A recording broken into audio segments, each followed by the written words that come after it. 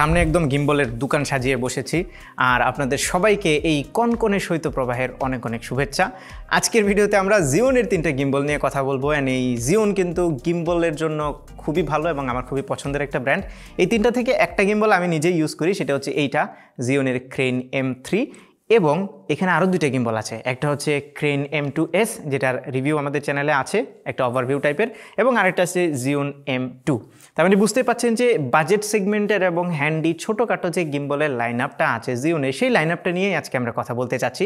So আপনার কাছে যদি একটা ক্যামেরা থাকে এবং আপনি যদি একটা গিম্বল কিনতে চান ভিডিওগুলোকে একটু স্টেবল করার জন্য, তাহলে এইগুলো থেকে কোন গিম্বলটা আপনার জন্য অ্যাপ্রোপ্রিয়েট হবে বা এখান থেকে কোনটা আপনি চুজ করবেন, সেটার জন্য আজকের ভিডিওটা আপনাকে একটু হেল্প করবে। বাই দ্য ওয়ে, জিওনের প্রোডাক্টগুলো কিন্তু স্মার্ট টেকনোলজিস অফিসিয়ালি বাংলাদেশে ইম্পোর্ট করে, সো তাদের কাছে অফিসিয়াল ওয়ারেন্টিও পাবেন। আপনারা কেনার সময় অবশ্যই স্মার্টের স্টিকারটা দেখে কিনবেন, তাহলে শিওর হতে পারবেন যে এটাতে অফিসিয়াল ওয়ারেন্টি আছে। ওকে, এবার আমরা এই 3টা গিম্বলের প্রাইস নিয়ে আগে আপনাদেরকে একটু আইডিয়া দিয়ে নিই। প্রথমত এখানকার মধ্যে সবচেয়ে হাইয়েস্ট ভেরিয়েন্ট সেটা হচ্ছে জিওন ক্রেন M3, যেটা একটু বড় সড়ো, একটু হেভি, দামও একটু বেশি। সো এটার দাম অ্যারাউন্ড 35,000 টাকার মতো, একটু আশেপাশে কম বেশি হতে পারে, আপনারা কারেন্ট প্রাইসটা একটু খোঁজ নিয়ে জেনে নেবেন। এরপরের সেটা হচ্ছে জিওন ক্রেন M2s। এইটা মূলত M3-এরই একটা হালকা কাটডাউন ভার্সন, যেটার প্রাইস রাফলি 25,000 টাকা, 25,000 টাকার আশেপাশে। আমি সবগুলোর যে স্ট্যান্ডার্ড এডিশন আছে সেটার দাম বলছি। এবং এখানে আরেকটা আছে জিওন ক্রেন M2, এই লাইনআপের M2 ভার্সন যেটা, সেটার প্রাইস হচ্ছে অ্যারাউন্ড 20,000 টাকা। সো 20,000, 25,000 এবং রাফলি 35,000 টাকা। এখন এই প্রাইস ডিফারেন্সগুলোতে আপনি আসলে যদি আপগ্রেড করেন একটা থেকে আরেকটায়, তাহলে পারফরমেন্সে কতটুকু ডিফারেন্স পাবেন। সো এখানে আবার প্রাইসের ডিফারেন্স এই সিরিয়ালে হলেও রিলিজের সময়ের ডিফারেন্সটা একটু ভিন্ন। যেমন M2টা প্রথমে রিলিজ হয়েছে, তারপরে M3, তারপরে মাঝখানে আসছে M2s। M2sটা হচ্ছে সবচেয়ে লেটেস্ট, আর M3টা 2021-এ আসছে, আর M2টা আরও আগে। তো আমরা এখন কথা বলি যে কোন গিম্বলটাতে আসলে কি আছে। সো যে বিষয়গুলো কমন আমি ওইগুলো একটু বলে দিই। প্রথমত এই সবগুলোই হচ্ছে একটু ছোটোখাটো হ্যান্ডি ক্যামেরার জন্য এই গিম্বলগুলো তৈরি করা। ক্ষেত্র বিশেষে বড় ক্যামেরা ইউজ করা যায়, সেটা কিভাবে কখন আমি বলছি আপনাদেরকে। এবং সবগুলোতে আপনারা স্মার্টফোনও ইউজ করতে পারবেন। তার মানে আপনার কাছে যদি এমন হয় যে আমার কাছে একটা ক্যামেরার গিম্বল আছে, এখন আমি একটা স্মার্টফোনের গিম্বলও কিনবো, তখন কিন্তু এই গিম্বলগুলো থাকলে আর আপনার প্যারা নেই। যদি মোবাইল এবং ক্যামেরা দুটো একসাথে ইউজ করতে চান, তাহলে যেগুলো আছে এগুলো থেকে যে কোনোটা চুজ করতে পারেন।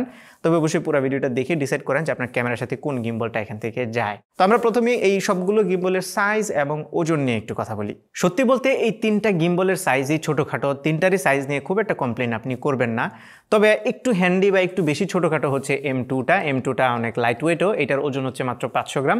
M2s এর ওজন হচ্ছে 549 গ্রাম, আর M3 এর ওজন হচ্ছে 700 গ্রাম। তবে ওজনের চাইতে সবচেয়ে বেশি জরুরি হচ্ছে এই গিম্বলগুলো ক্যারি করার সময় যে ডালপালা বের হয়ে থাকে, এই কারণে অনেক সময় ব্যাগে ঢোকানো যায় না। সো কোন গিম্বলটা ক্যারি করার জন্য বেশি অ্যাপ্রোপ্রিয়েট। সো আমরা M2 এর দিকে যদি তাকাই, তাহলে এইটার যে লকিং মেকানিজম, যদিও লকিং সিস্টেম কম, যেমন এটাতে শুধুমাত্র প্যান অ্যাক্সিসটা লক করা যায়, আর বাকি মানে লকার দিয়ে লক করা যায় শুধু প্যান অ্যাক্সিস, আর বাকি অ্যাক্সিসগুলো লক করা যায়, কিন্তু সেগুলো একটু ম্যানুয়ালি অ্যাডজাস্ট করে সিস্টেমে করতে হয়। যেমন নিচের দিকে একটা চ্যানেলের মতো আছে, এবং উপরেরটা এবং নিচেরটা চ্যানেলটা যখন মিক্স করে দিবেন তখন টাইট করে দিলে এটা আটকে যায়। সো এইটা কিন্তু একদমই কম্প্যাক্ট হয়। আমরা যদি নিচের যে ট্রাইপড মাউন্টটা আছে, ট্রাইপডটাকেও যদি এভাবে এক্সটেন্ড করে দেবে, খুলে ফেলি, তাহলে ব্যাগে ঢুকানোর জন্য এইটা সবচেয়ে বেশি অ্যাপ্রোপ্রিয়েট, সবচেয়ে বেশি ছোট হবে এবং খুব একটা জায়গা দখল করবে না। সো সেই বিবেচনায় পোর্টেবিলিটির কথা চিন্তা করলে M2টাই বেটার। যদিও এটা লকিং মেকানিজমটা কিন্তু আমার পছন্দ না। লকিং মেকানিজম আবার এই 2টার বেশ পছন্দ, কারণ এই 2টার যে 3টা অ্যাক্সিস আছে, 3টা অ্যাক্সিসকে ইন্ডিভিজুয়ালি আপনি লক করতে পারবেন। এখানে প্রত্যেকটার জন্য আলাদা আলাদা লকিং মেকানিজম আছে। সো পোর্টেবিলিটির কথা বললে এই 2টা কিন্তু সিমিলারই আমার কাছে মনে হয়েছে, যদি ওয়েটের দিক থেকে এটা একটু বেশি, বাট ব্যাগে ক্যারি করার জন্য আসলে ওয়েট এইরকম লাইক 200 গ্রামের, রাফলি 200 গ্রাম বা 150 গ্রামের ওজনের ডিফারেন্স, এটা আমার মনে হয় না খুব একটা ম্যাটার করবে। সো এই 2টা গিম্বলই পোর্টেবিলিটির জন্য সেম। তবে এক্সট্রিম পোর্টেবল যদি আপনি চান, তাহলে M2টা আপনি চুজ করতে পারেন। তবে পোর্টেবিলিটির চাইতে বড় ব্যাপার হচ্ছে কোন গিম্বল কেমন ক্যামেরা হ্যান্ডেল করতে পারে বা কতটুকু ওয়েট নিতে পারে, এইটা একটা বড় বিষয়। সো গিম্বলের ব্যাপারে আমি আপনাদেরকে একটা জিনিস বলে দিই। অনেকেই ভাবে যে অনেক হেভি ক্যামেরা হলে এটা নিতে পারবে না। আসলে গিম্বলের যে ওয়েট ব্যালেন্সটা বা লোড ক্যাপাসিটিটা আছে, সেটা ওয়েটের চাইতে বেশি ডিপেন্ড করে আপনার ক্যামেরার শেপের উপরে। যেমন আপনার ক্যামেরা যদি অনেক হালকা হয়, কিন্তু আপনার লেন্স যদি অনেক লম্বা হয় এবং সেটা যদি অনেক ফ্রন্ট হেভি হয়, তখন কিন্তু গিম্বলগুলো ব্যালেন্স করতে একটু স্ট্রাগল করবে। সো ওয়েটটা যদি একদম মাঝখানে থাকে, মানে সেন্টার অফ গ্র্যাভিটিটা যদি মেনটেন করে, তাহলে আরও কিন্তু অনেক হেভি ক্যামেরা এগুলো লোড নিতে পারে। এক্সাম্পল দিয়ে আমরা একটু উপরের সাইড থেকে শুরু করি। আমি যে ক্যামেরাটা ইউজ করি এটা হচ্ছে সনি A7S III, যেটা একটা মানে প্রোজিউমার ক্যামেরা যেটা বলে, এবং এইটা কিন্তু মোটামুটি ভারী। আমি এটাতে ভিলট্রক্সের 24 মিলিমিটার একটা লেন্স ইউজ করি। সো এই যে কম্বোটা A7S3 এবং ভিলট্রক্সের 24 মিলিমিটার লেন্স, এই দুইটা কিন্তু এই গিম্বলটা মোটামুটি ভালোই হ্যান্ডেল করতে পারে, খুব একটা স্ট্রাগল করে না। যদিও এটা প্রফেশনাল ক্যামেরা এবং এই গিম্বলগুলো ছোট ক্যামেরার জন্য বানানো হয়েছে, বাট আমারটা লেন্স একটু ছোট হওয়ার ফলে এটা কিন্তু ইজিলি হ্যান্ডেল করতে পারছিল। ইভেন সেমভাবে এই M2sটাও কিন্তু আমার A7S3-র সাথে ভিলট্রক্সের 24 মিলিমিটার লেন্সটাকে হ্যান্ডেল করতে পারছিল। সো আমার মনে হয় যে এই দুইটা গিম্বল নিলে আপনারা যদি একটু ওয়েট হেভি লেন্স ইউজ না করেন এবং ক্যামেরার বডির শেপটা যদি একটু ছোট হয়, তাহলে ইজিলি ক্যারি করতে পারবেন এগুলোতে। তবে আমি আপনাদেরকে কিছু ক্যামেরার মডেল বলে দিই, সিমিলার ক্যামেরাগুলো এটাতে ইউজ করতে পারবেন। যেমন সনির A7 III অথবা সনির A6400, 6600, 6500, A6000, এই ক্যামেরাগুলো কিন্তু সাথে একটু ছোটোখাটো লেন্স, যেগুলো অনেক বেশি সামনে এক্সটেন্ডেড না, অনেক বেশি জুম লেন্স যেগুলো না, সেগুলো আপনারা এটাতে ইজিলি বসাইতে পারবেন এবং মোটামুটি স্টেবল পাবেন আপনারা। কিন্তু আমরা যদি M2-তে চলে আসি, তাহলে এইটা কিন্তু অত হেভি ক্যামেরাগুলো হ্যান্ডেল করতে পারে না। এটাতে আমি ক্যাননের M50টা লাগিয়েছিলাম, M50-র সাথে যে কিট লেন্সটা থাকে সেটাই। সো সেটা এটা খুব ইজিলি হ্যান্ডেল করতে পারছিল। আর আমার স্টুডিওতে আমার যে প্রথম ক্যামেরা ক্যাননের 600D, আমি চেষ্টা করেছিলাম ওইটা এখানে বসানোর, বাট ওইটা ব্যালেন্স হচ্ছিল না, মাঝে মাঝে ঝামেলা করছিল। সো এইটার ওয়েট লিমিটটা একটু কম।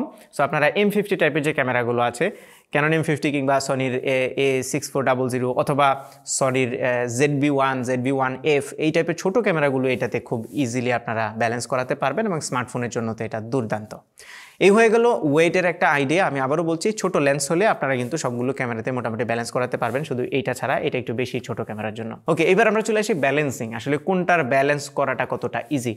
তো M3 এবং M2s এই দুইটার ব্যালেন্সিং মোটামুটি সেম, যেহেতু এই দুইটা সেম ক্যাটাগরিরই।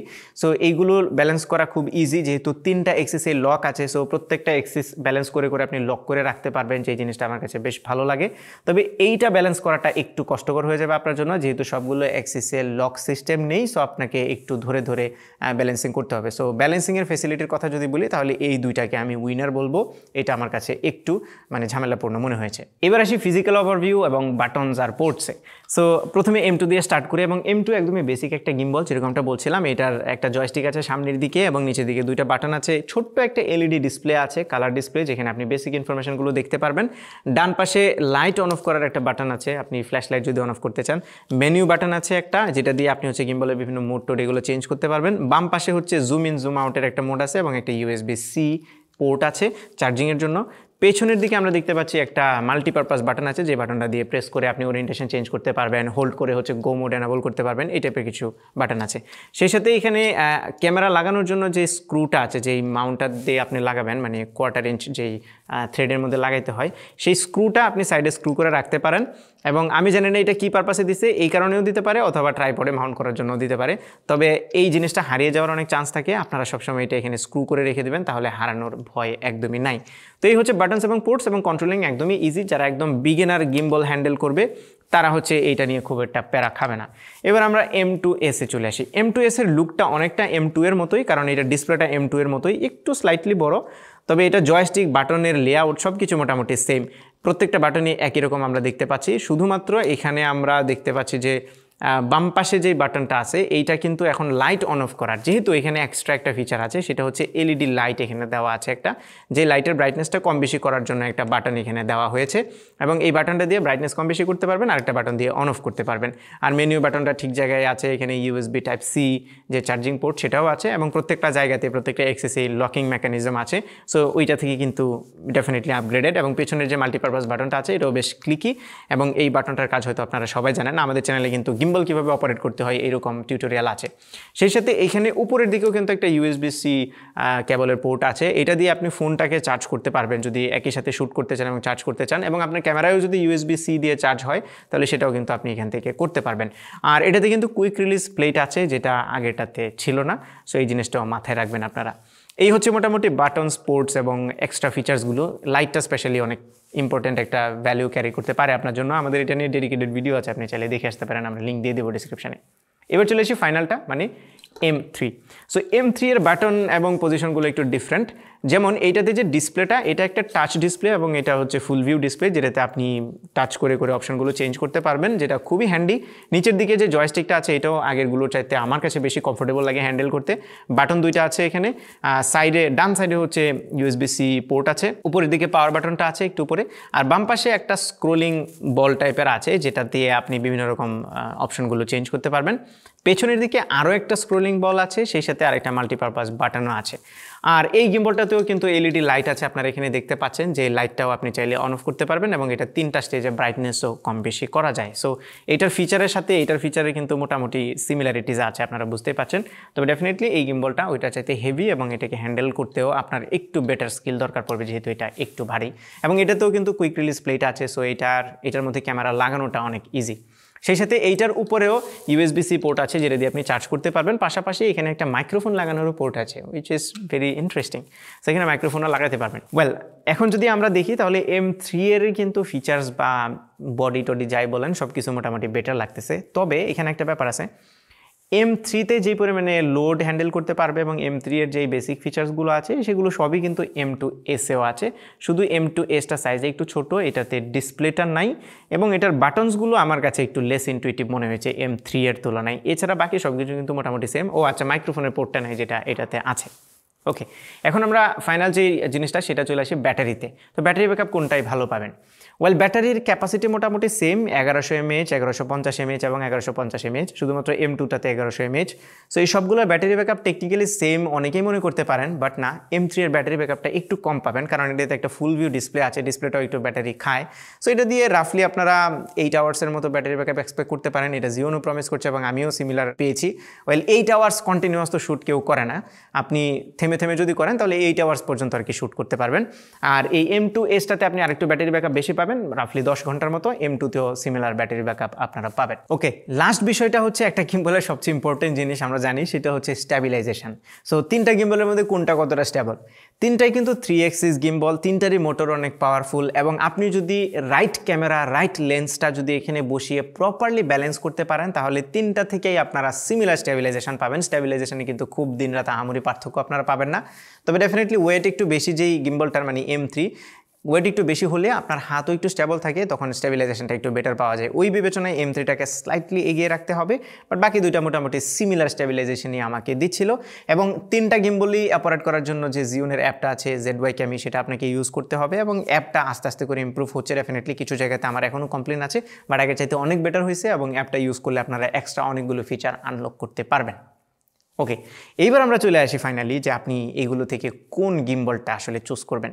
সেজন্য আপনার ডিসিশনটা লার্জলি ডিপেন্ড করে আপনার ক্যামেরা কোনটা সেটার উপর। সো আপনার ক্যামেরা যদি খুব বেশি লাইট ওয়েট হয়, যেরকম Sony ZV-1, ZV-1F কিংবা ক্যাননের M50 অথবা এই সিমিলার টাইপের ক্যামেরা যদি হয়, তাহলে আপনারা M2টা দিয়ে কাজ চালিয়ে নিতে পারবেন। তবে এইখান থেকে যদি আরেকটু স্লাইটলি বড় হয় ক্যামেরা, তাহলে আপনারা হচ্ছে M2s নিতে পারেন। যেমন আপনার 6400 কিংবা 6600 এই টাইপের ক্যামেরা হলে আপনারা এইটা চুজ করতে পারেন। আর যদি আপনার সিমিলার ক্যামেরাই, লেন্সটাও একটু ছোটোখাটো, লেন্স কিন্তু খুব লম্বা, খুব বেশি লম্বা না, মাঝামাঝি ধরনের লম্বা যদি হয়, তাহলে আপনারা এইটা চুজ করতে পারেন M3। আর স্টেবিলাইজেশনের কথা যেটা বলছিলাম যে একটু হেভি হলে স্টেবিলাইজেশন বেটার হয়, যেই কারণে কিন্তু M3টাকে আমি একটু এগিয়ে রাখছি সর্বক্ষেত্রেই। M3টা নিলে আপনি সব ধরনের ক্যামেরায় শিওর হয়ে যান যে ছোট লেন্সের সব ধরনের ক্যামেরায় আপনি এটাতে বসাতে পারবেন, যেহেতু আমি A7S3 এটাতে বসিয়ে দেখেছি। তবে রিকমেন্ডেড থাকে যে একটু হালকা ক্যামেরা যদি এটাতে লাগান তাহলে বেটার রেজাল্ট আপনি পাবেন। তবে এখানে একটা ব্যাপার আছে, আমি কিন্তু সবগুলো ক্যামেরারই স্ট্যান্ডার্ড প্রাইস বলেছি। সো আপনি যদি কম্বো নিতে চান তাহলে খেয়াল করবেন আপনি M2s-এর কম্বোটা কিন্তু M3 এর প্রাইসে পেয়ে যাচ্ছেন, মানে এই রাফলি 35,000 টাকায় কিন্তু M2s-এর কম্বো এডিশনটা পেয়ে যাচ্ছেন। সো আপনি যদি M3টা নেন, আপনার যদি বাজেট বেশি না হয় তাহলে M3টা নিতে পারেন, অথবা M2 নিয়ে কম্বো এডিশন নিতে পারেন, তাহলে এক্সট্রা কিছু অ্যাক্সেসরিজ আপনি এখানে পেয়ে যাবেন। ওকে, আই বিলিভ এখন আপনার ডিসিশন নেওয়া অনেক ইজি হয়ে যাবে যে ছোটোখাটো গিম্বলগুলোর মধ্যে Zhiyun-এর এই যে 3টা গিম্বল আছে M2, M2s এবং M3, এই 3টা থেকে আপনি কোনটা চুজ করবেন। ওকে, সো আপনার ডিসিশনটা জানিয়ে দিন যে আপনি কোনটা নিচ্ছেন, কমেন্টে একটু লিখে দিন। এই ছিল আমাদের আজকের ভিডিও। আশা করি ভিডিওটি আপনাদের ভালো লেগেছে। যদি ভালো লেগে থাকে তাহলে ভিডিওতে একটা লাইক দেবেন, কমেন্ট করে জানাবেন কেমন লাগলো। আপনার ফ্রেন্ডদের সাথে শেয়ার করতে একদমই ভুলবেন না। আমাদের পেজে ফলো এবং চ্যানেলে সাবস্ক্রাইব তো মাস্ট। দেখা হবে পরবর্তী ভিডিওতে। Till then take care. আসসালামু আলাইকুম।